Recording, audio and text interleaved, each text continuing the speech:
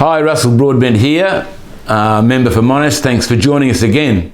The Australian Government's COVID-19 inquiry report provides us with an important opportunity to look at the key findings. But first, let's remind ourselves of the lockdowns, the border closures, the mandates and the complete disruption of our Australian way of life. All for a respiratory virus with an infection fatality rate around the same as the flu. It wasn't just the disruption of the lockdowns, it was the unmitigated disaster of public health policy that destroyed businesses, families and lives. These were direct actions by governments upon the people.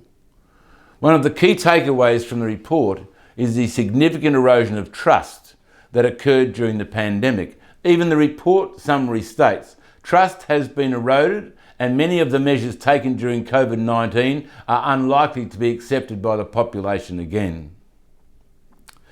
Trust is easily destroyed but not easily restored. This breach of trust came about through a lack of transparency, government heavy-handedness, willful disregard of human rights, and the destruction of informed consent. The report also raises critical questions about individual freedoms, particularly around vaccine mandates. The report states, significant concerns were raised about vaccine mandates and people's freedom to make their own medical choices and the consequence of choosing not to. One of the most troubling aspects of the pandemic response was the silencing of doctors and healthcare professionals. Many raised valid concerns, yet these were dismissed and alternative perspectives were suppressed. You have to wonder how much public health damage was done through the stifling of open scientific debate. The inquiry is wholly inadequate and only serves to reinforce the broken trust.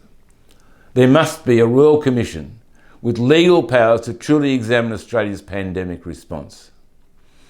Only an independent body with the authority to investigate can ensure that these critical issues are scrutinised and accountability is upheld. The pandemic actions and decisions must be thoroughly examined to learn from this experience and prevent future missteps. Perhaps we'd like to re-adopt our previous pandemic plan that was completely ignored.